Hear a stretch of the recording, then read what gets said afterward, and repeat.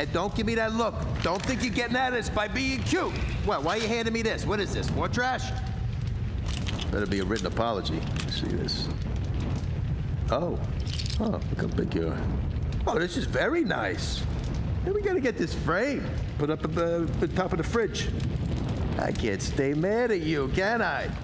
Hello everyone and welcome back to the channel. Now, due to time restraints in my personal life, I have mainly just been streaming on this YouTube channel, but I'm here today with a video to talk about the early access trailer, the teaser trailer that was released by CM Games about Into the Radius 2. So here comes the Into the Radius 2 hype train.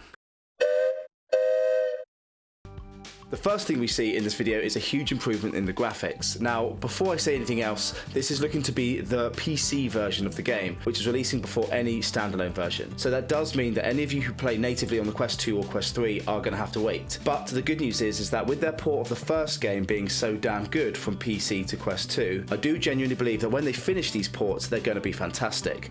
These guys have proved already that they are very good at porting from PC. And with the new graphics comes new enemy designs. Straight away, we're met with a spawn. Now, we all know what to expect from these little jumpy bastards, and this one seems no different, but the visual quality is vastly improved. I think the visual quality of all enemies in the game, being all shaded and black, was definitely something that the devs wanted to improve, and it looks like they've done this with the humanoid enemies as well, which we'll get to. The gun attachment system in the next clip also looks like that's had an overhaul, and what we can see here is a canted sight being equipped to this guy's Kalashnikov, which is something that we previously never had before, and I'm hoping that this allows us to have something like a more magnified sight on the top of the gun with a canted sight on the sight for close range battles. Those of you who have played Onward, for example, will know what I'm talking about because you can do that on there. We can also see a grip that I am assuming has been added separately to the gun, which is also something that we never had with the first game. Now, in the next clip we can see that the bag's been updated, but it also looks quite small. I don't know about you guys, but to me that looks quite small, and I'm genuinely wondering if that is something that you can progress, and you can buy bigger bags as you progress through the game. Just speculating, obviously there's no way to tell from this clip alone, but I think that would be quite cool.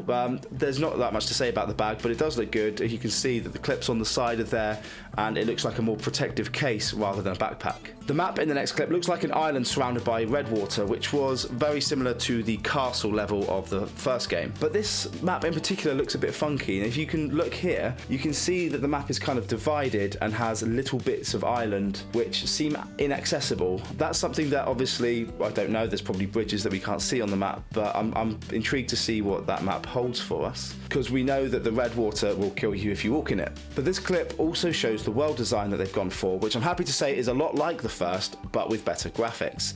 Now, the world inside the Radius never adhered to the laws of physics, and it looks like this is exactly the same. Seeing more floaty stuff ominously in the world is of course what we'd expect, and this looks really cool. I'm definitely excited to see what the world will look like when we can dive into this game. Now, the next couple of clips show some combat, and the first thing I thought when I saw the first clip is, damn, this guy really wants to shoot at you.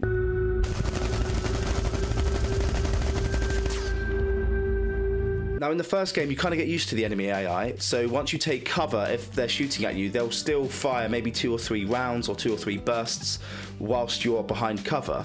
But in this clip, he's really gunning for you after you've taken cover. So it looks like the AI has had an overhaul as well, and again, that was something I know that the devs wanted to improve, so it's just something else that we'll have to get used to in the new game. Obviously, if they have different attack patterns, we'll have to get used to that when we're taking cover, because in the first game, I don't know about you guys, but when you get used to the enemies, you take cover. Once those few bursts have been fired, that's when you can return fire. Something new to the game, something for us to get used to, and I think the firefights look like they might be more intense in this game. I definitely wanted to talk about the death animation of the humanoid enemies. Now, if you can look here, obviously we can see that the humanoid enemies have also been graphically improved. They are no longer the black shaded texture, or essentially, I don't know if it's a texture or just a color in the first game, but that texture has now been changed completely. They now look like humans, but when they die, they float up and disintegrate, which I think is really using the unique world they've built to its potential. Now, I know it seems a bit silly me getting excited over a death animation, but I think you have to appreciate that, to me, the best thing about this game is the atmosphere they've created and the world they've created. So to see a death animation cause this to happen, it means that they are using the unique world they've built and implemented it in every aspect of the game, including the death animation of enemies. I think it's such a brilliant small detail that they've added, and I think that, you know, well done to CM Games. I think that's really cool. Because at the end of the day, inside the radius, we have all this anomalous behavior, and it seems that that anomalous behavior is also going to affect the dead bodies. So although we're only given less than a minute of footage of the teaser trailer, I am really excited to see these snippets because it gives us a view of what we can be expecting in the sequel.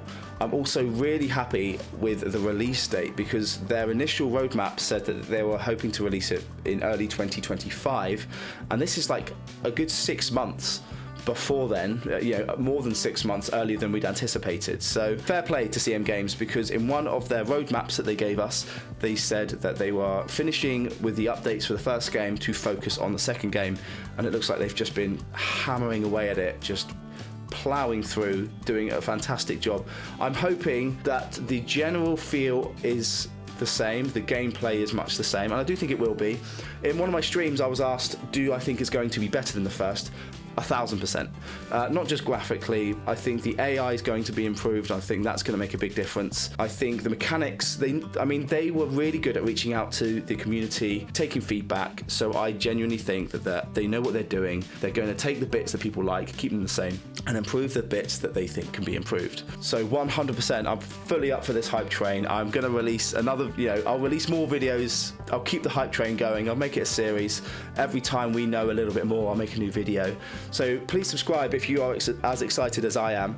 I am also streaming every Sunday night. I will just be playing the first game, but it will be Into the Radius, and people come on there on my streams to talk about the game, and that's when I've been having conversations about what I'm expecting and what I'm hoping for. It's a cool place to be, so feel free to catch me on there. Sunday nights, UK time, 8 o'clock, that's when I'm streaming. So please subscribe if you are excited. Thanks everyone for watching.